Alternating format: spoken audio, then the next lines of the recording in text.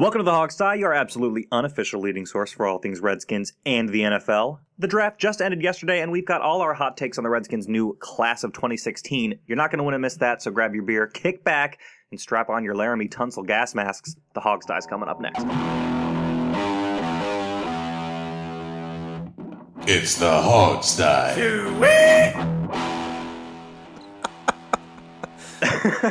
Welcome back, ladies and gentlemen. So glad to have you here on the Hog Sty Draft Spectacular. We've got to talk about all the new picks, some exciting ones for sure. My name's Sean Conti. I got Mr. Steve Thomas here.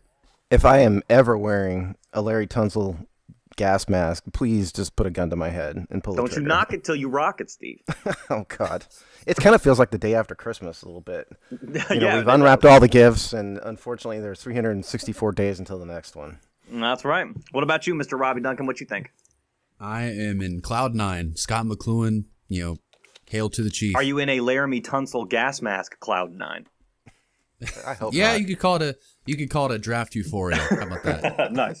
No, but can we jump right into this Laramie Tunsil thing real quick, though? Yeah. Just address that. Yeah, so That has to be the most insane thing I've ever seen in sports. Like, right before the draft, that video comes up, and then everybody's like, what the hell is this? Well, it's kind of weird because, somebody clearly has it out for him, right?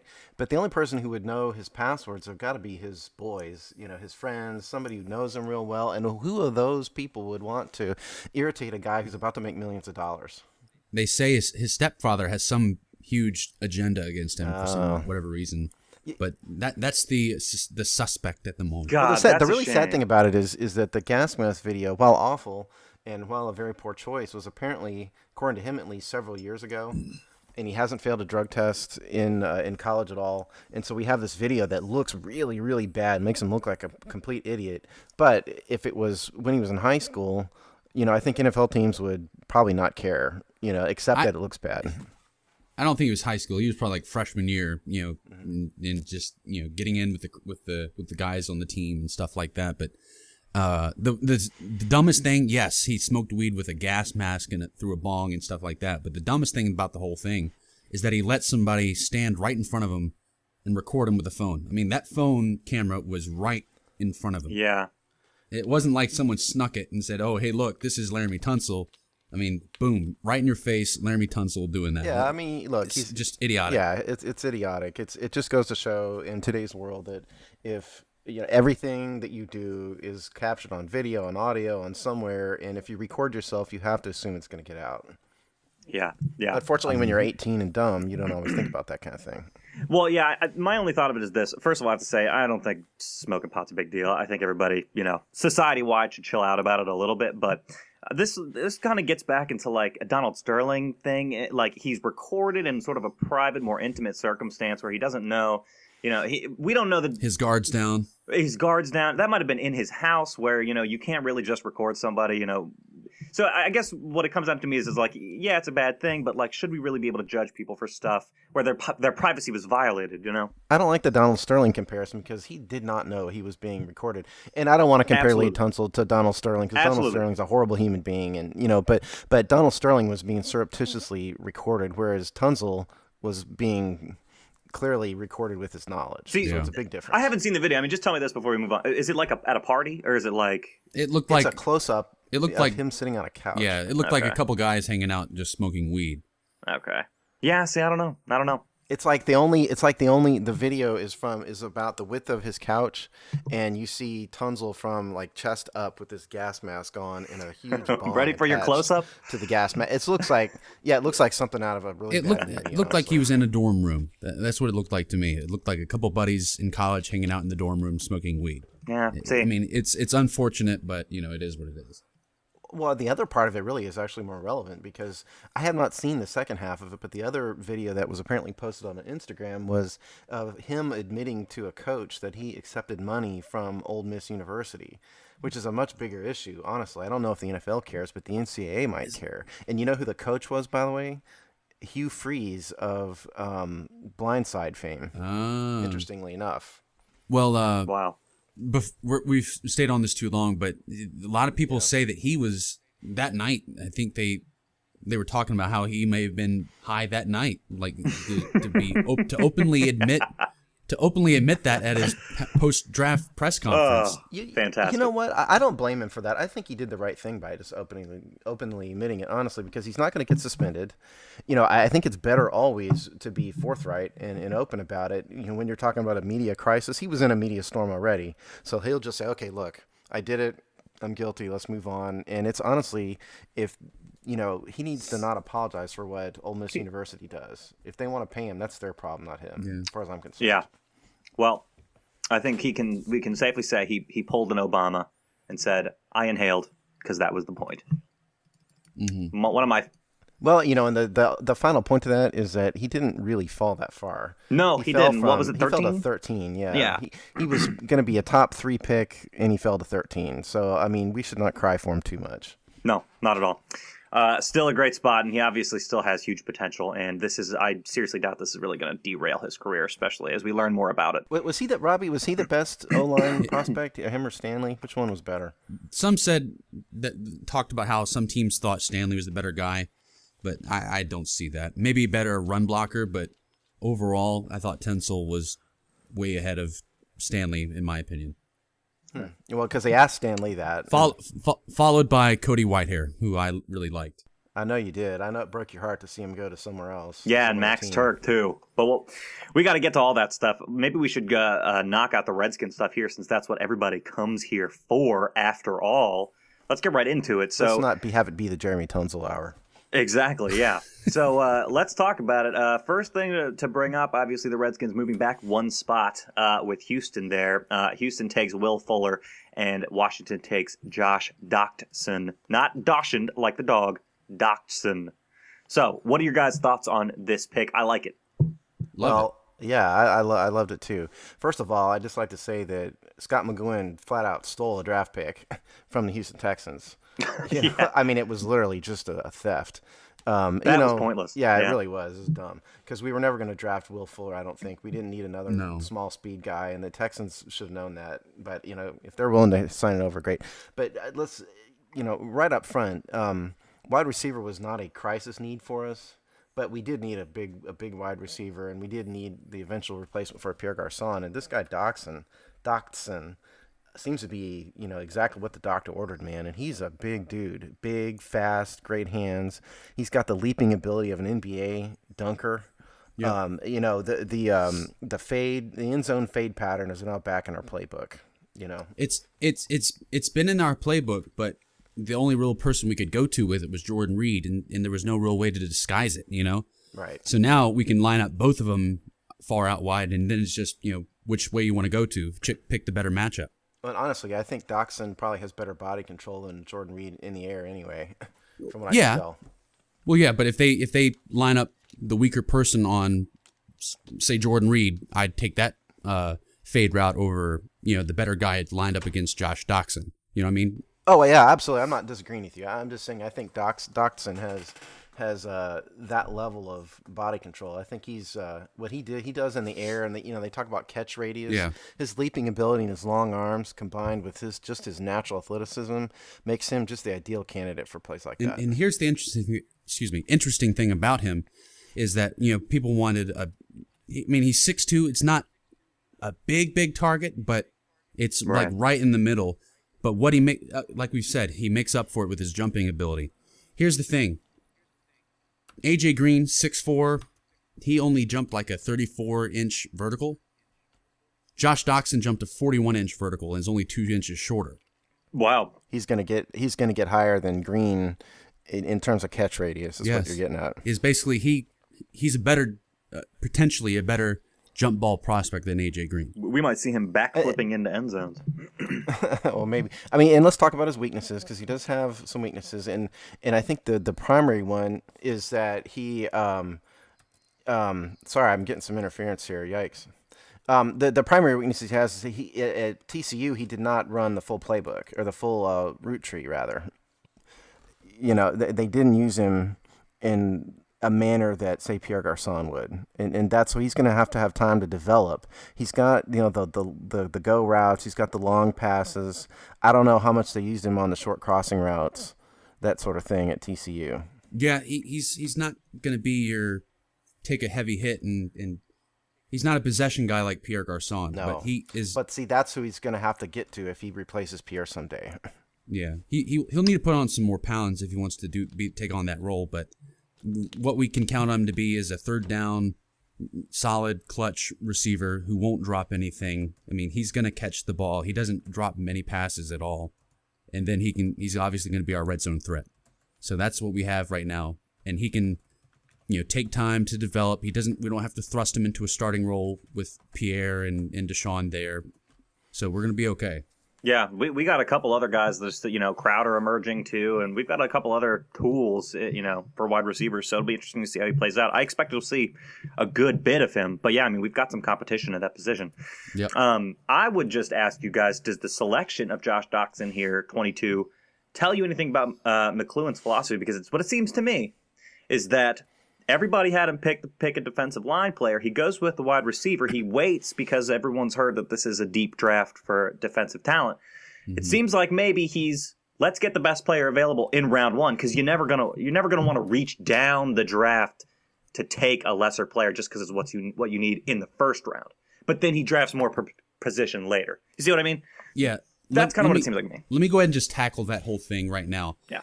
Everybody was complaining that we didn't take a defensive lineman early. I mean, I can understand the complaint, but here the reason why it worked out so brilliantly, I think, is that this allowed McCloughan to take the better prospects, the more top prospects at less deeper positions, and it let other guys continuously slide and slip down into the later rounds where you can take a guy that, if the position wasn't as deep, probably would have gone in second or third round. Yeah. Like this guy we got in the fifth round, we'll get to him. Yeah. He's very underrated. Like he shone really well in the Senior Bowl. He is a stout run defender, and he's underrated as a pass rusher. So we got a guy who's good, but because of how deep it was, he fell to the fifth, which let us get these guys in the first 3 rounds that are going to be really solid for us. Yeah, I generally agree with you. I think what we've established in 2 years here is that Scot McCloughan really has a philosophy that he's stuck to. Yeah, he ultimately cares about football. What he always talks about, football players first.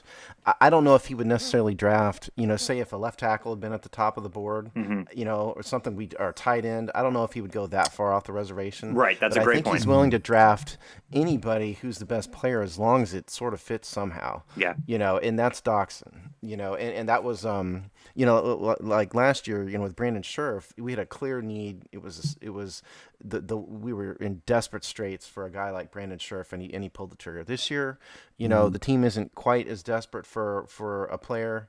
We had the deep defensive line draft selections, as Robbie said. So, the guy at the top of his board, Doctson. So he grabbed him. And he knows that. He knows that Doctson is a guy that'll fit in with us, and he can, and he'll get some playing time. So he pulled the trigger. Yep. Yeah. I love the pick. I think it's great. I think he brings a lot to the team, and we're going to see some changes at wide receiver. So, I mean, best get it locked in now. I'm actually pretty pleased with it. Well, let's move on then to the second round pick. Unless you guys have anything left on Doctson, we can move on to Mr. Cravens. Sua, I guess is how you say that first name. Sua. Linebacker safety out of SoCal, but I suspect we probably won't be seeing much of him at safety. I guess the philosophy is more to see him at the linebacker position. Is that right? Yeah, I think what they're going to do is they're going to list him as a safety, but he'll be playing linebacker pretty much the entire time, just so they can mix and match what he does. Yeah. If they list him purely as a linebacker, then it's not they can't really, they can't move him around like a safety would. You can't line him back into coverage here and there. It creates a more flexible position for him. Yeah, I think so. I don't think he's a pure NFL 3-4 linebacker, necessarily. I think he truly, the talking heads were talking about putting him in the dime linebacker role, which means, he's the extra linebacker on the field. Right. It wouldn't surprise me if they tried to convert him to full-time strong side safety, or full-time strong safety rather. But I think you got to get him into camp, get him into OTAs, and see how he does. I mean, he's 6'1", about 225, which is, a little smaller than Sean Taylor was. Just as a comparison, Sean Taylor was 6'3", about that size. My concern with Cravens, he's clearly a quality player. He was a highly ranked player out of high school. He's related to Manti Te'o and a bunch of other, elite athletes. So I'm fine with that. My concern is that we've drafted a player that may not be a full-time player just because of the role that they drafted him for. So I'd like Robbie to address that. Yeah, he probably won't start in our base front. Like, because we drafted another corner in the third round, which we'll talk about, I think we're going to have another corner move to safety, which could be Culliver. But anyway, we'll have, I think our base starting defense will be, at least for now, Compton and Mason Foster, and then obviously Gillette and Kerrigan, and then the D-line. And then our safeties, I think right now, are going to be Culliver and D'Angelo Hall. And D. Hall pretty much played like a strong safety last year anyway. Yeah. He was a big in run support. So I think he'll be our base strong safety. But then as soon as we're in nickel, Cravens comes in as that linebacker next to either Compton or Foster. Depends on who they like better in nickel. But so yeah, I mean, teams are in nickel defense majority of the time anyway. Yeah. He may not be listed as a starter, but he will basically be getting starting time. He'll be out there like 50% of the snaps anyway. I kind of wonder that if what we're going to see more of is more of a 4-3 front where you have Gillette move up to be more of a 4-3 defensive end, in a dedicated pass rusher, because you don't want Gillette, an elite pass rusher like Gillette, you don't want him dropping out in the coverage very much. And so what I kind of wonder is if we see Gillette up and then Craven as a weak side linebacker, in that kind of setup. And that's pretty much what we are. I mean, right. Yes, base front, we're in 3-4. If it's an obvious running down, like first down, we're most likely going to be in a 3-4 front. But as soon as we go to nickel, it basically is a 4-3 with that extra defensive back in there lining up as a linebacker, basically. So yeah, that's basically what we are. Our edge guys will have their hand in the dirt. Kerrigan and Gillette will be getting after it. So yeah, we are basically a hybrid 4-3.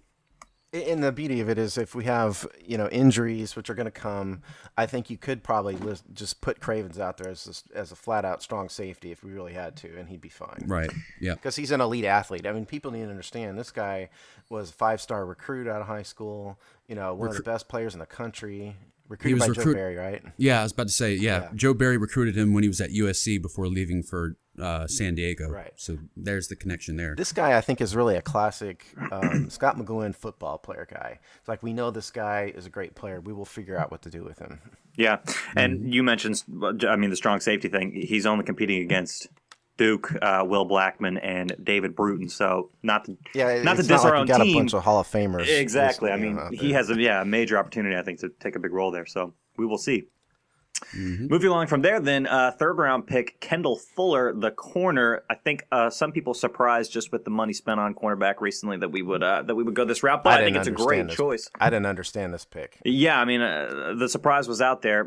It seems like that position kind of became more locked down within the last 2 weeks. This was the first one I kind of disagreed with, but I want one of you guys to convince me this guy is good enough. No, don't ask me. He's good enough. I mean, a lot of people had him as a first round talent if he wasn't injured with his knee problem. This was truly a best player available value pick. I mean, we definitely didn't need another corner, right? But adding Fuller now gives us a ton of competition at training camp, the ability to move guys around like Culliver or Blackman, like they said, who might move to safety as well. It lets us mix and match and create more opportunities for guys to be on the field. And again, guys get injured all the time, so now we'll have a pretty solid guy to step in and fill the role. My guess right now is that it'll be Breland and Norman as our outside guys.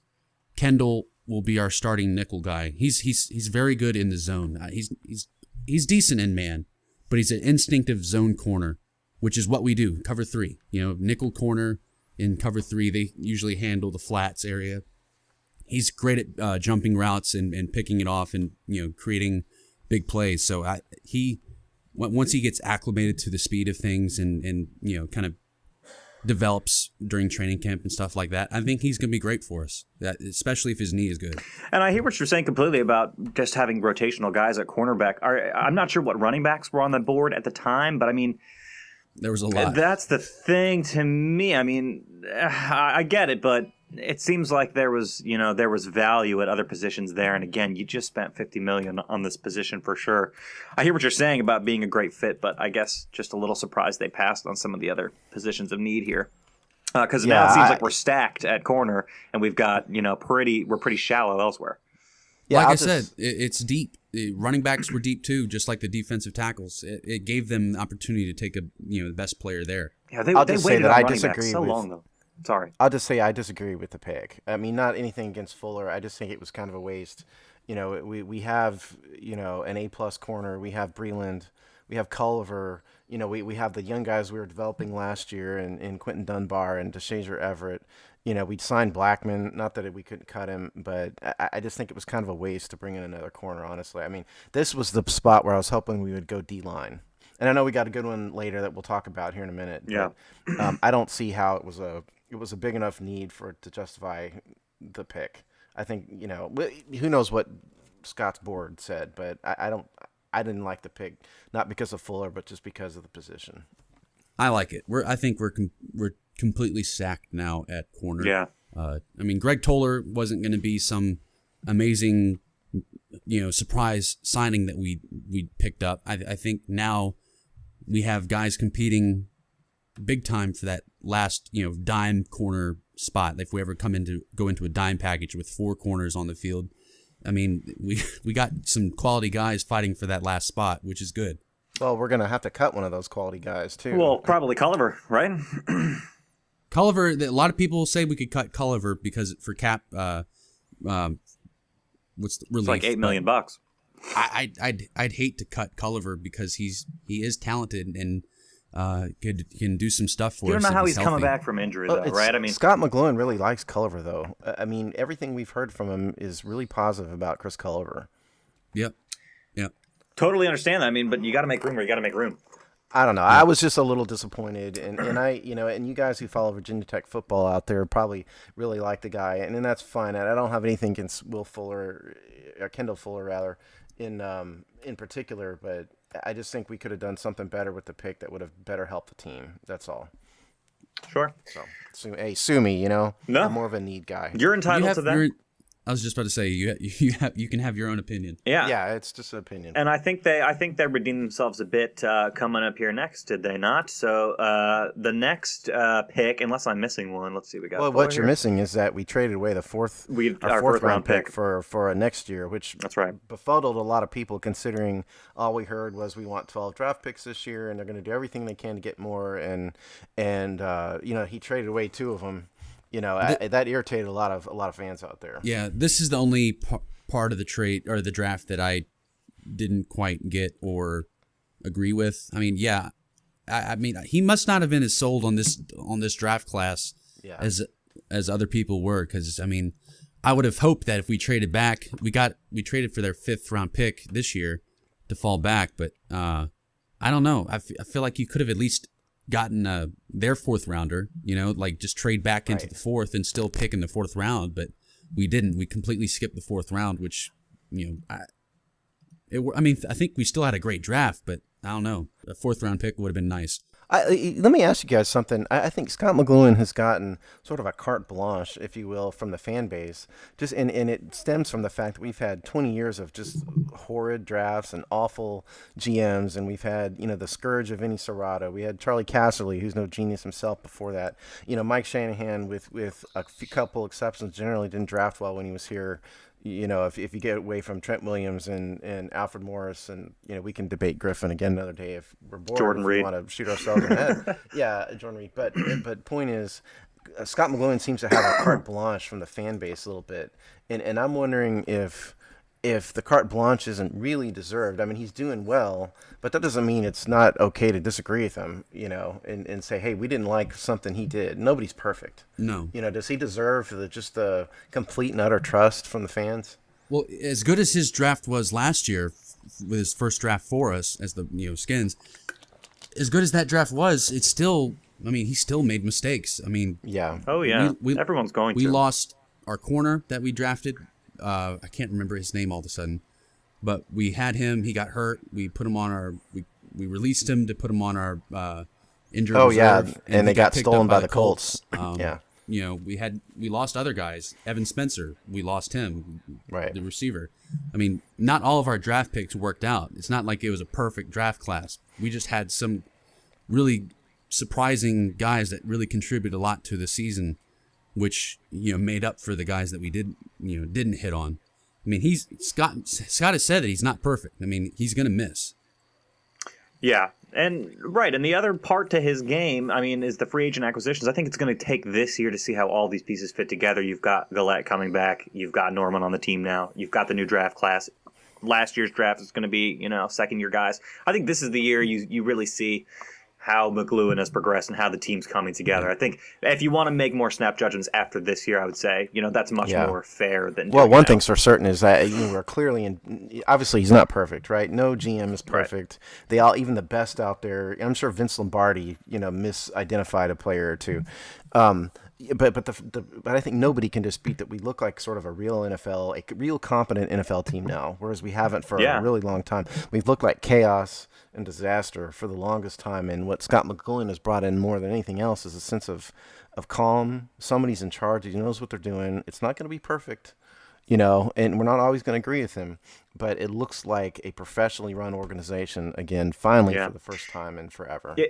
It does. It feels like to me, I feel the same way. It feels like to me like there's an accumulation of talent happening, where in years past, it's like you blow your load on one big talent guy, and then it doesn't work out for whatever reason. Meanwhile, in the background, you've got, salary cap penalties and all kinds of other things. Like now it just feels like we're accumulating something. I completely agree. Mm-hmm. Well, it's not only that, but the cap is being managed a lot better. Yes, absolutely. Because what we're not doing is we're not backloading a bunch of contracts on a bunch of older free agents.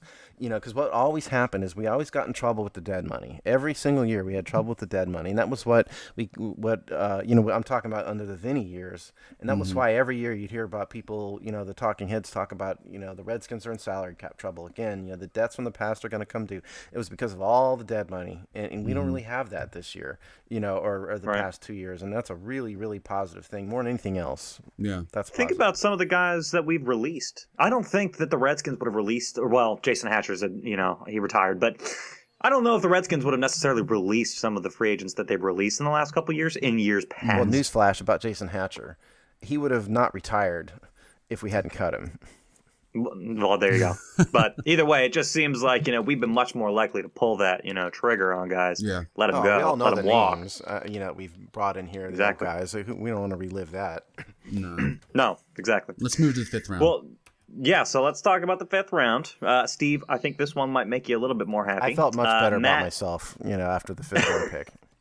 Exactly. So Matt Ioannidis, big guy, 299, 6'3". What are your thoughts about the defensive tackle here out of Temple? I think we need to hear Robbie's expertise as the lineman on this one.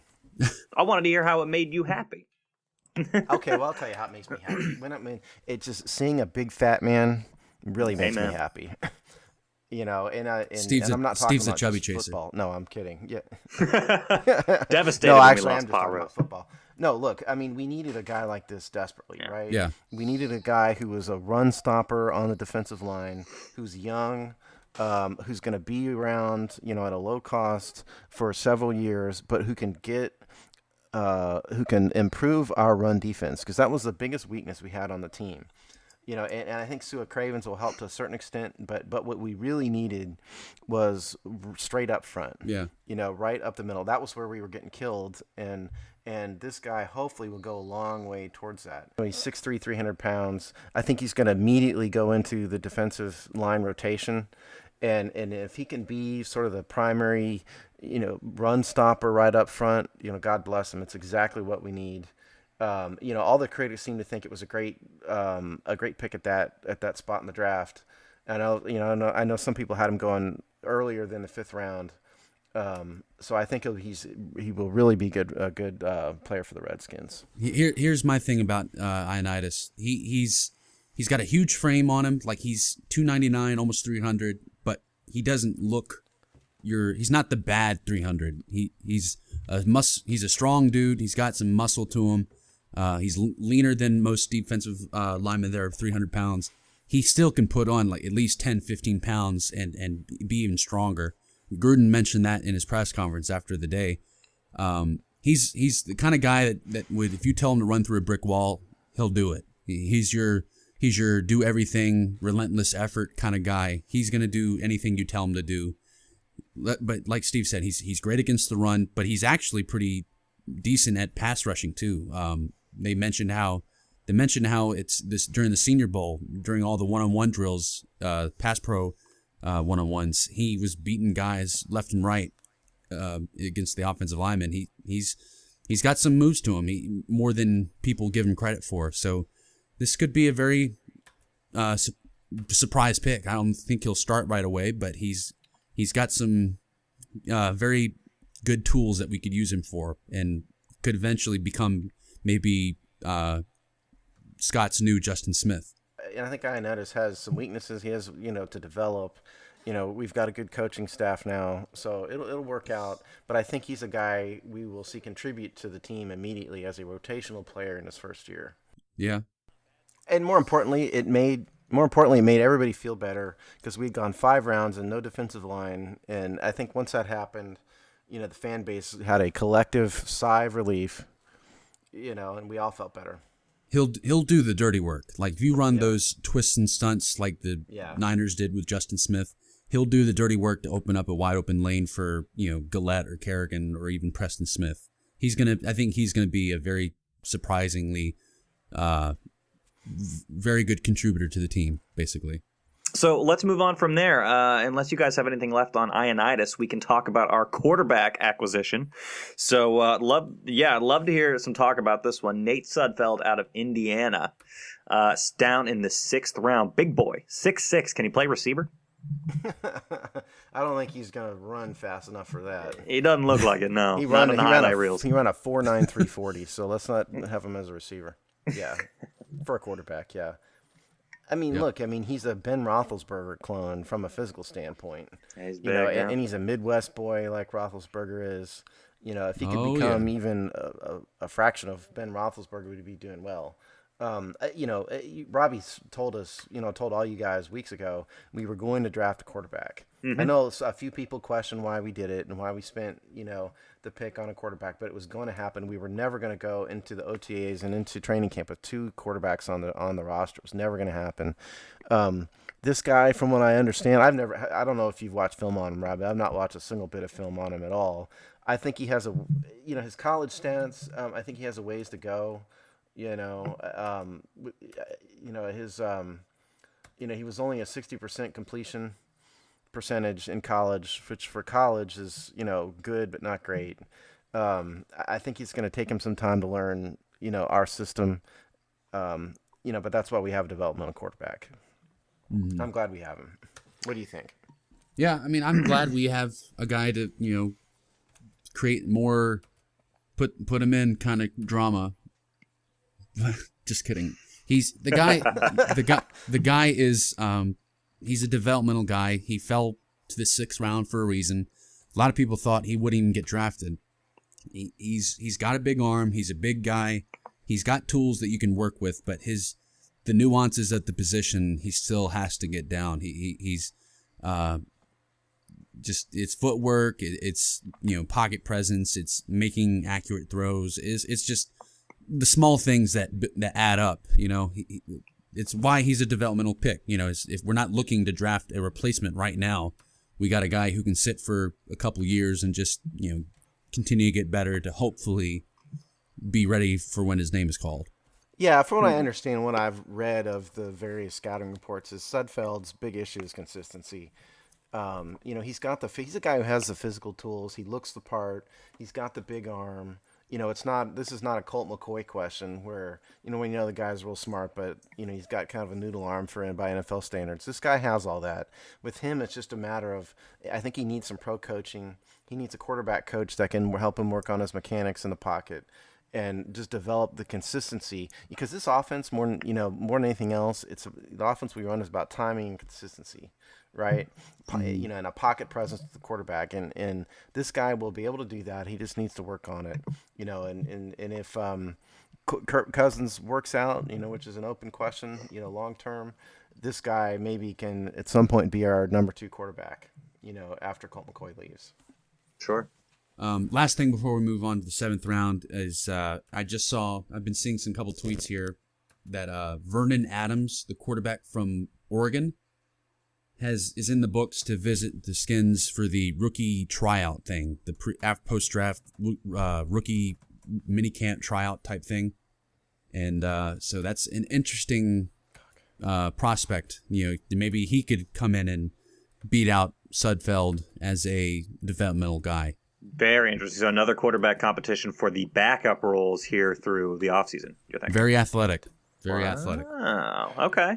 Kind of a cool. Hey, I'm all for it. All the guys you can get in there to compete for it, I'm all for it. I'm not sold on Colt. Love Colt. Not sold on him even at the number 2. So, Yeah, it all depends though. He's got to visit with the Seahawks first for that rookie tryout. So if the Seahawks don't pick him up, he's going to visit the Redskins after that. Very cool. Still making moves. And let's just say, we're not going to address too many of the free agent rumors, here, because it's such chaos, and a lot of times you have guys who have a training camp invite and not a contract, and it's very confusing. But I don't think, we're locked in, as you said, to Nate Sudfeld permanently. If this guy Adams comes in, beats him out, I think we'd throw away a 6th-round pick in a heartbeat. Sure. Or maybe we keep both of them. You stick Adams on the practice squad, and we had to keep 4 quarterbacks. Sure. Yeah. It wouldn't surprise me.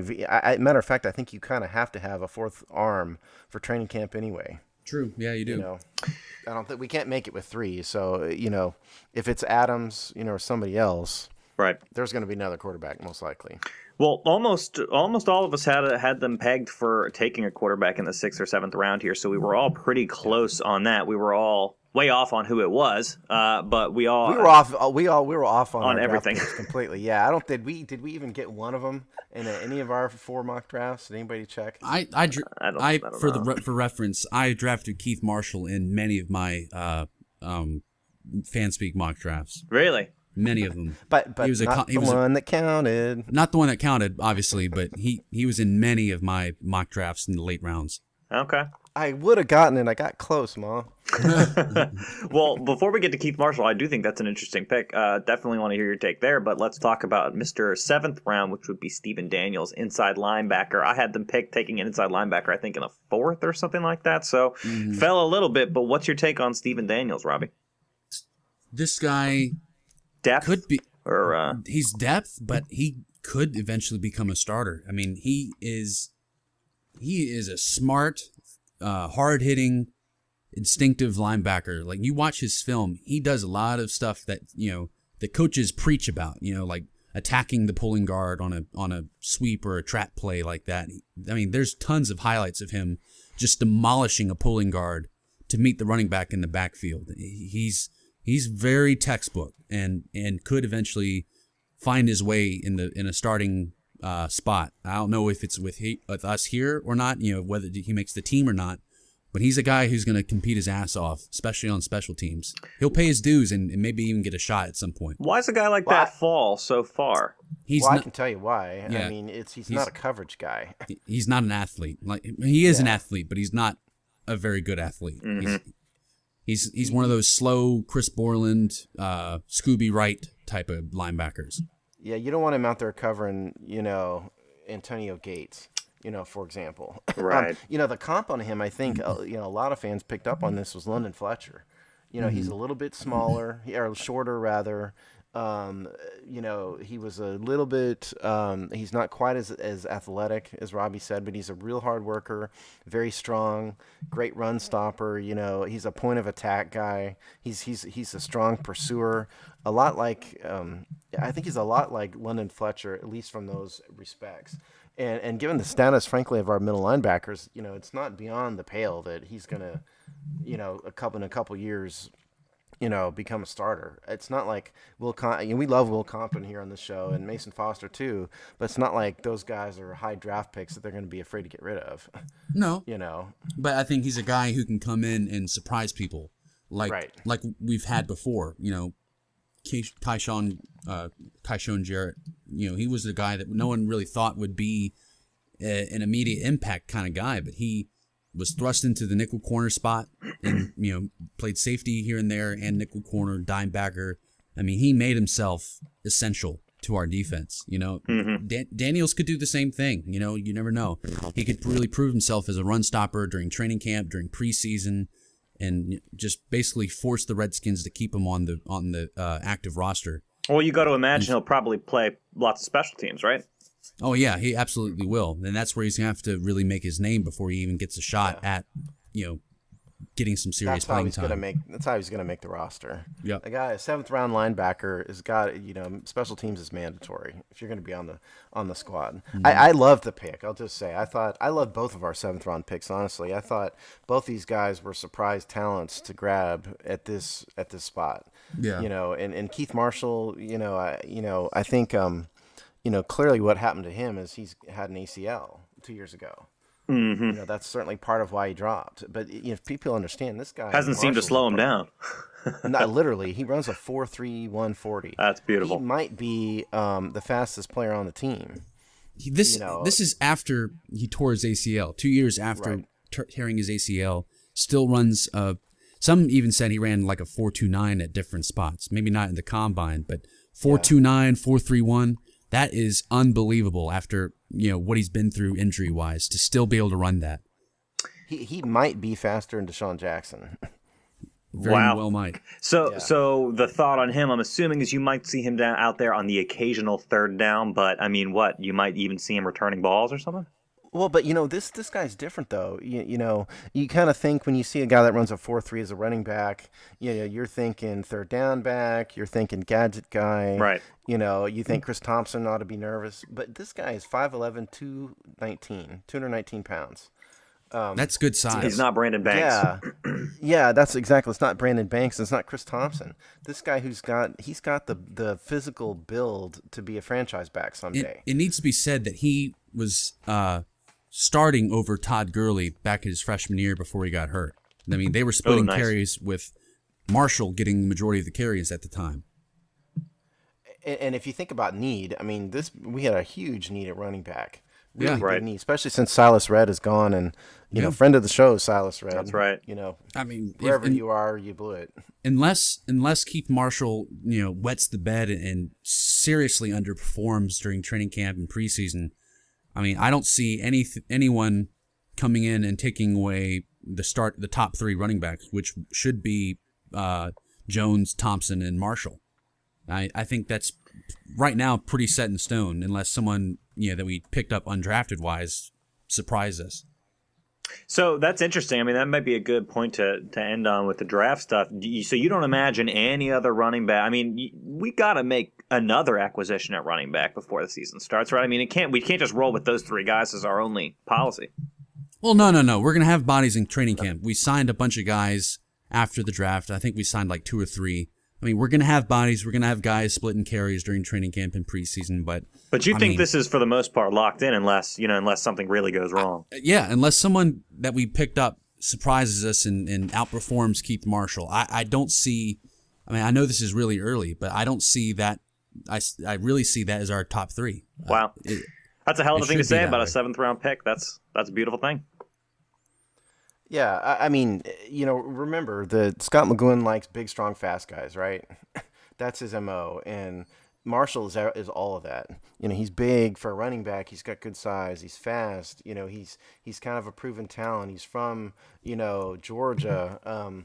I think this guy really has a chance to have a future, on the team. I loved getting this guy in the 7th round. Loved it. I did too. So it sounds like, I mean, after round 5, we still we got some really solid acquisitions down there in the late rounds.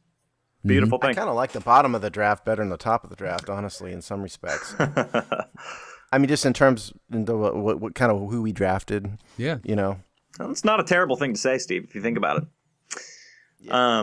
All right, well, cool. I mean, let's get off. By the way, one more thing. Yeah. Did you guys see the picture of Josh Doxson, Kendall Fuller, and Sua Craven at the at the facility on Saturday. Did you guys see this? Yeah. Or maybe Yeah. it was Sunday. Dotson looked like the biggest of the bunch. That guy looks like a monster. Even compared to Cravens, he was just huge. You know? It was kind of, I didn't expect him to look that big. But sorry, go ahead. Well, let's move on from there. Let's talk about some other draft stuff. So we finished up on the Redskins, but we would be remiss not to mention at least a couple other of the big things that happened during the draft. So anything surprise you about, maybe actually the way to do this is to talk about some of the NFL East acquisitions. So let's talk about the first one, I guess, being Dallas there, the selection of Ezekiel Elliott. People dogged them for this selection. Robbie, any thoughts there? I'm glad they made that choice instead of Jalen Ramsey. Yeah, Absolutely. that's right. Jalen Ramsey would have been... Who went next? He would have been a nightmare to throw against, but now we have to just worry about stopping the run, which is much easier than worrying about a quarterback trying to throw away from an elite corner. Mm-hmm. I don't know. We're terrible at stopping the run, though, is the problem. We were horrible at it. Yeah, but that's a whole team thing that can be fixed. If a quarterback, no matter what quarterback you got back there, Might be better this year. he has to throw the ball towards that corner, who can easily make the play. It's not, it's different. You know what I mean? Yeah. Yeah, look, I mean, I guess the whole question for Ezekiel Elliott really depends on what he turns out to be. If he's another Todd Gurley, or if he's 75% of Adrian Peterson, Dallas won. They won. But if he's not quite up to that level, and they passed on Ramsey, as you said, to get a guy who's not an elite Pro Bowl kind of running back, then they lost. And let's hope they lose. Yeah, fingers crossed there. Yeah. In other news, I forgot to mention that was not the first NFC East pick of the draft. Obviously, the Philadelphia Eagles with the number 2 pick take Carson Wentz. This was a much harder one, I think, to criticize. He went right off the board after the LA Rams took Goff. The Rams and the Eagles obviously are two teams that have been kind of intricately linked in the past few years. But they both took quarterbacks first, and Eagles ended up with Wentz. That's a pretty solid acquisition, I would think. Yeah, but I still don't think Carson Wentz was worth trading the farm to get. Maybe he's going to be decent. Maybe he's going to be good. But I mean, we've learned from our past. Maybe a franchise quarterback is more worth than all those picks. But it's such a flip of the coin. You trade all that and he works out. Then yes, great. It was worth it. But it's so hard for that to really work out. I mean, a rookie quarterback has so much to adjust to, and not every quarterback can do that. It's not like Andrew Luck or Joe Flacco. I don't think Carson Wentz is Joe Flacco. Yeah, well, or 2012 Robert Griffin really set the world on fire too. Yeah. But I hope somebody goes out and buys Sam Bradford a blankie. A bottle, a pacifier maybe. Yeah. Because, he's gone on just a little mini temper tantrum as a result of the drafting of Carson Wentz. And there's going to be 0.0 people who feel sorry for him, considering how much money Sam Bradford has made in his career for how very little production he's ever actually had. God, yeah. What was that rookie deal again? Well, he was he was in the last rookie class before the CBA. That's right. And so he's made something like $100 million in his career, for being a mediocre quarterback. But what I think the Eagles front office has said is that Bradford's going to be the starter, assuming he gets over himself and, comes into camp and all that. Until he gets looks hurt. like the plan is, which is almost inevitable with him. But I think he's going to play the first year, and I think the plan is to have Carson Wentz sit and learn. Mm-hmm. Because he's a guy who you look at and he's got the physical tools and all that, but being from a small school, he's got some issues. He's got a lot to learn, and I think it'd be a huge mistake to toss him to the wolves. It's a huge jump of level of competition too. I mean, he played in the same division I did. I mean, he was the top of that division. Obviously, North Dakota State was, they were perennial there. But again, 1AA. Jumping up to the NFL, it's going to be a huge adjustment, which is, I mean, it's good and all that they're going to sit him, but I don't totally buy it. I mean, Jaguars said the exact same thing about Blake Bortles when they drafted him. Oh, he is not going to see the field at all this year. He's going to sit and just, learn and get used to the NFL. Boom, midway through the season, he's starting and throwing a ton of picks and just not looking good. So Well, yeah. He looks better now, though. he looks better, but he's still inconsistent. He still throws picks. Yeah. Pretty dumb ones, too. I mean, shit, guys, every time someone says there's not a quarterback competition, there's a quarterback competition. We learned that last year. I mean, last year, this time, Robert Griffin was still our entrenched starter. This year, he's on another team. Even when they say there's no competition, there's always a competition. What are you going to do, Yeah. not play him if he's playing better? It just doesn't make sense. The other thing is really, and Robbie touched on it, there isn't a quarterback out there who gets hurt more and easier than Sam Bradford, including Griffin. Bradford, has just been awful in injury terms. So the idea that guy's going to get through 16 games as a starter, doesn't look not good for gonna him. happen. Yeah. Well, the other NFC East acquisition in the first round here was Eli Apple to the Giants. This was a serious stinker pick. Robbie hates a it. lot of people again dogged the Giants for this. They definitely reached up for Apple. Were you guys blown away by this pick too? I totally was. Apple, he has potential to be a great cornerback. He's got all the tools you want, but he is not nearly as consistent and not nearly as talented enough to be drafted 10th overall, in my opinion. Mackenzie Alexander was still on the board. William Jackson. There's guys that were 10 times better than him, I thought, that they could have gone with. They panicked after Leonard Floyd was taken by the Bears. I think the Giants really wanted him. They took him. They're like, oh, shit. What are we going to do now? Just like last year, they panicked about Eric Flowers after we took Brandon Sheriff. So they felt like they had to take the next best guy, which did not work out for him. Eric Flowers is not working right now unless they bump him down the guard. He is not a good tackle. But I think the only thing you can say for him is they had a major need. Prince of Mukamura gone. They really had to have a corner. Yeah, and they got one. Yeah, but they could have gotten a corner later on. They had more needs on the offensive line. They could have gotten Taylor Decker. They could have gotten Jack Conklin. Oh, I'm not disagreeing with you, Robbie. I'm just saying, if you want to look at it from if you're a Giants fan and you want to look at it from a positive turn, that would be it. They had a need, they filled it. And look, if Eli Apple turns out to be great, then nobody's going to care that they reached for him. No one will look smarter than they will. Their best pick of the draft, I thought, though, which I really liked for them, which eventually might be a problem for us, is they took Darian Thompson, that safety from what's it called? Boise State. Boise State, thank you. Boise State, he's a talented free safety. He can make plays.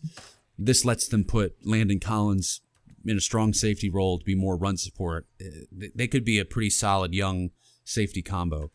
They actually had a pretty good draft, don't you think, Robbie, other than that Eli Apple pick? A couple here and there, but I really frown on that first pick by them. That's hard to get over, I think. Yeah, no, that's totally fair. Well, let's just quickly mention the other notable acquisitions around the NFC East. Let's see. Off the top of the head, the Cowboys took quarterback Prescott. Yep. Obviously, they had Elliott. They had Jalen Smith, the linebacker. Malik Collins, the defensive tackle. They had Jalen Smith is the one that's worth a discussion. Yeah, right? It is, because he's an elite talent. If he didn't have an injury, he would have been top 5 issue there. Yeah, so he's an elite talent. The question is whether he's going to play this year, and if he does, he's going to be Jalen Smith or he's going to be some fraction thereof. Right. I like Jalen Smith. I mean, it sucks that he's a Cowboy, but I was glad to see him get drafted, but not by the Cowboys. I'm hoping that this does not work out for him, that his knee never recovers, that he just can't do it. And that it's a bad pick for the Cowboys and turns out to be that way. I really hope so, because if he's healthy, he's going to be a nightmare for us. Him and Sean Lee together is a nasty linebacker combo. Nasty. Yeah. Oh, it's going to be awful. Yeah. Like I don't wish bad on anybody in terms of injuries and whatnot, but this is a pick where we really have to hope that this does not work out. Because Sean Lee's another guy that, has had tons of injury problems and everything else. But if you get a healthy Sean Lee and a healthy Jalen Smith out there, that could go a long way towards fixing the Cowboy defensive woes, which is something we do not want. Yeah, I think our offensive line has sent Well, the other Sean thing- Lee to the Pro Bowl a couple times here. Yeah, and the other real quick, I think we ought to have it said before we kind of move on about Dallas is that Dak Prescott, is this a Tony Romo replacement in a year or two? He's got talent. He had a DUI, recently, which is, possibly why some people looked at him more negatively. But he was a good college quarterback, so we'll see what happens with Dak Prescott. Sure. Yeah, I actually kind of intrigued by him. Well, let's talk about. Let's just mention really quickly the other guys that ended up on the Eagles team. Any standouts there? Obviously, the aforementioned Carson Wentz, but also Blake Countess, cornerback, Jalen Mills, safety, Wendell Smallwood, the running back. These ones don't jump out as me as much as some of the other acquisitions. Mills is talented. He's a talented safety. A lot of people were surprised he fell as far as he did, but other than that, I wasn't very wowed by their draft at all. Yeah, they seemed pretty average. I think they had the worst of all of them. Nice. It's a close second for the Giants, but I think the Eagles had the worst one. Yeah, nothing really stuck out to me as something that we as Redskins fans ought to go, oh, no, they got this guy. Mm-hmm. They didn't impress me. And the draft grades, that for whatever they're worth, which, frankly, I think draft grades on the day after the draft are worth the paper they're written on, basically. But they did have the worst draft grades, I think, out of the NFC East teams. I think we definitely had the best draft of all four. Cowboys could jump that, depending on what Jalen Smith becomes. They took that Malik Collins is pretty good, too. Yeah, I mean, he could be a decent rotational interior rusher for them, but I think we definitely had the best of all of them. Nice. So yeah, I mean, do you want to give it should we slap some grades on it real quick just to see what some worthless draft grades? Yeah, Steve. Ahead. Let's do it. It's fun. Okay, Sean, you go first. Okay. Draft grade. Well, I've got to say, I've read so many different takes on all of our draft picks. It's like what I've spent the last day doing. It seems that most people have us grading out into like the A range if you're going to give it a letter grade. I don't necessarily disagree. Just because they went another way with that first pick than we all anticipated doesn't really throw me. Doesn't really make me feel like it's a bad draft.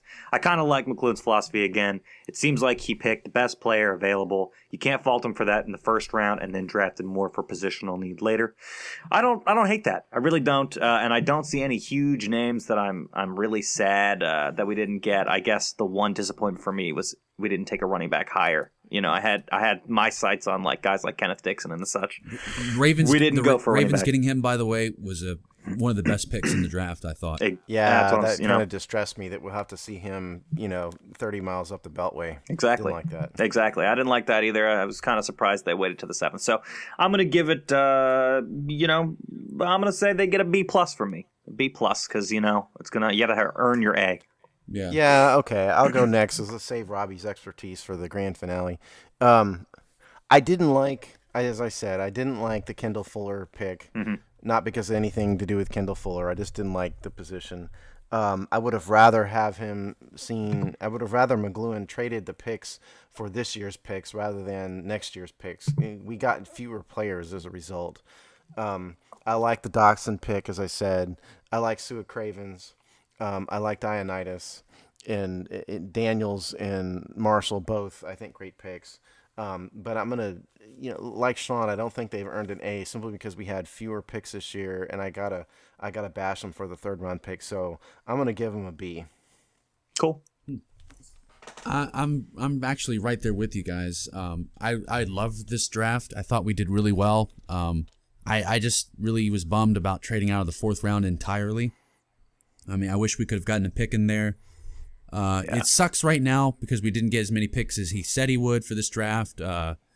But, I mean, when next year's draft comes around, we're going to be glad that it happened because right now we're sitting at 9 or 10 picks and, we got some ammo to have another good draft next year. But I love Dotson. I think he's going to be a big surprise. Many draft analysts had him as the top receiver in this draft.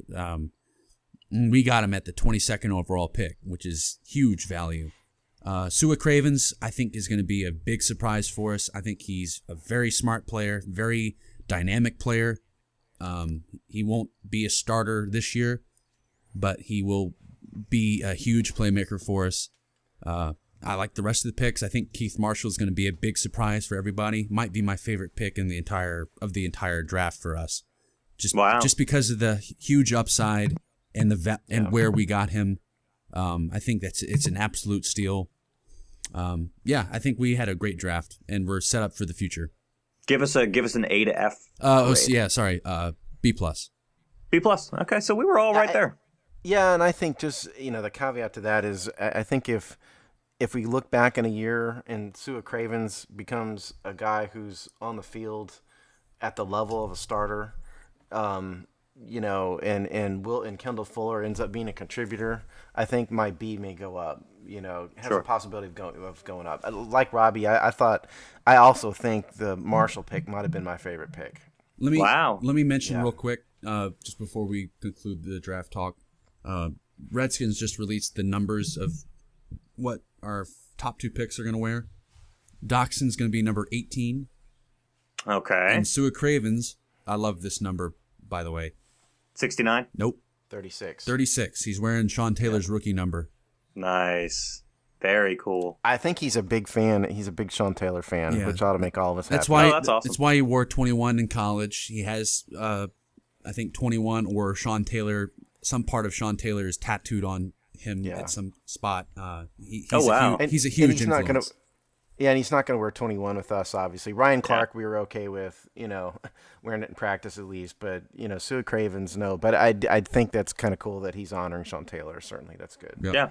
Speaking of numbers, just curious, do we know if Josh Norman's going to take his number from Duke or what the deal with that is? They haven't said, but I think yet. it's a pretty solid bet to say that Josh Norman's getting his 24. He should get it. There will be some money change hands, and Josh Norman will end up with 24 one way or another. Yeah.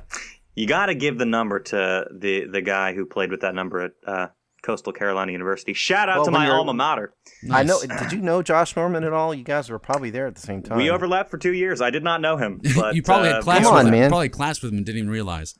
It probably did. I think what needs to happen is you need to pull your Coastal Carolina connections and get Josh Norman on this show. That's what I think. Dude, I know. I would have so much fun with that. We got to work on it. Well, anyways, we'll work on getting Josh Norman on the show one of these We got to get days. one of these draft picks on here.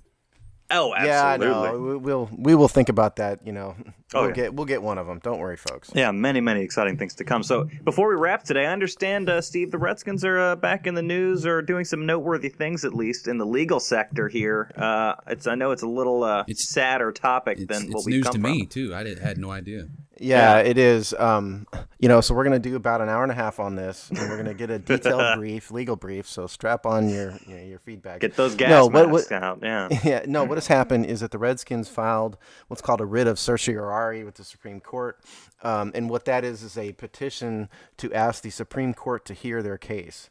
And if we can sort of backtrack here, what happened, if you guys remember, is that the Native American groups that filed the lawsuit regarding the name change with the Patent and Trademark Office won at the Patent and Trademark Office. And so the Redskins filed a suit in federal circuit court. They lost on the federal circuit court. What is unusual about it is they appealed directly to the Supreme Court, skipping the appellate court. And the reason they've done that is they have asked the Supreme Court to link the Redskins case with another case that involves a band called the Slants.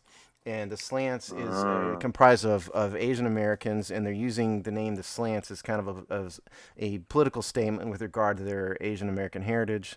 And the Patent and Trademark Office refused to let them trademark the name the Slants. And so they have this lawsuit pending. It has the same issues. Very briefly, the issues here that the Redskins and the Slants case have is free speech, due process, and vagueness. Okay, the free speech argument here, real quick, is does the government have the right to regulate trademarks that people want just on the basis of whether the government finds it offensive or not?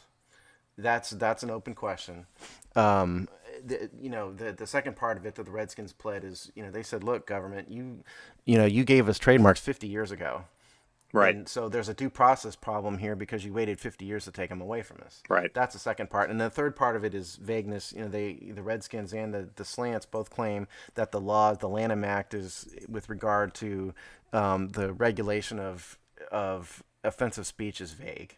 And so, but the unusual part here is that the Redskins asked the Supreme Court to link the Redskins case with the case involving the ban to slants. There is precedent for this. There's been some anti-Redskin articles out there that say the Redskins are being obnoxious by filing a petition directly with the Supreme Court. But there is precedent for this. So this case with the ban has already reached the Supreme Court.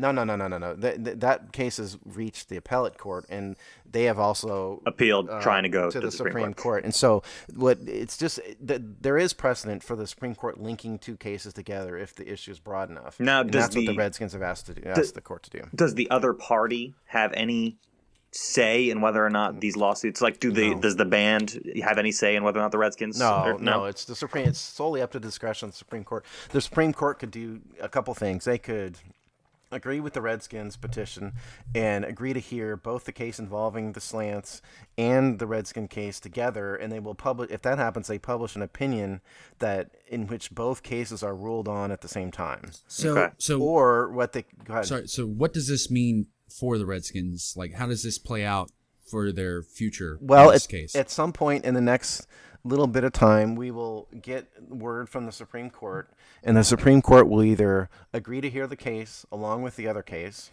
They could agree to hear the case alone and take up the case involving the slants separately, or decline to hear the case involving the slants, or they could just decline to hear the Redskins case at all, in which case the Redskins would very likely then probably file an appeal with the appellate court. Right. Opinion there. It's actually sort of what we're doing here is getting two bites at the apple. Okay, they're getting two bites at the Supreme Court because by filing a brief with the Supreme Court now and saying this case involving the slants case really needs to be heard together. They may get a ruling. But if they don't, they're going to get another shot at the Supreme Court because they will file an appeal with the Court of Appeals. And once that appellate opinion comes out, then they can file another petition with the Supreme Court again. So it's a way to get two bites at the apple at the Supreme Court. Jesus, tireless legal team. And we'll do maybe another episode if the Supreme Court takes a case. We'll do a briefing on the legal issues in a little bit more depth. But I don't want to get into all that right now. Yeah. I don't have it sitting in front of me as we speak. This is good FYI though. Yeah, and I mean just watch for what to watch for is in the next few weeks. Is whether or not the Supreme Court takes the case. And if they take the case, are they taking it alone or are they taking it in conjunction with the case involving the slants? Yeah. That's the issue. Just a thought. I would think that if you were the Redskins, you'd want to deal with this issue as quietly as possible and not necessarily apply directly to the Supreme Court. But hey, that's me. It's only because I'm telling you, it's a way for them to get two attempts at the Supreme Court. No, I get that. I just fear for us, for the burgundy and gold, which we love so much. I fear that we will just continue to lose the PR battle and people will continue to hate us. With the Supreme Court, okay? The big issue on the Supreme Court is that right now we have 8 justices, not 9. That's right. And still figuring out what to do with. Well, yeah, and we'll stay away from the politics of it, but the bottom line is if the court goes into session with 8 justices and there's a tie, a 4-4 vote, the appellate court opinion is upheld. And there is no appellate court opinion here, in which that would mean that the Case circuit closed. court opinion. Yeah, exactly. Yeah, exactly right. And just from the politics of it all, where we kind of are now is we have 4 liberal justices, and we have 3 conservative justices, and 1 that's kind of in the middle. And so he's the sort of deciding vote. But now that because Justice Scalia is dead, there's not a 4-4 liberal split with 1 in the middle, and so you may be looking at a situation where with a 4-4 split conservative to liberal, you may be in a situation where the Redskins are kind of up against a tough argument on the Supreme Court, just from a numbers perspective, because the conservative judges here, politics aside, the conservative judges here are the ones that are going to probably side with the Redskins. They're more pro-business. And they're less concerned about the offensive nature of the name. All right, well, thank you, ladies and gents, for being with us today. Super fun show. Hopefully you enjoyed our takes on the Redskins draft class. So much more coming in the weeks ahead. The offseason churns along here, and we are rapidly approaching the start of football again. So super exciting. Pleasure to have you, and we will see you next time. Hail. Bye-bye.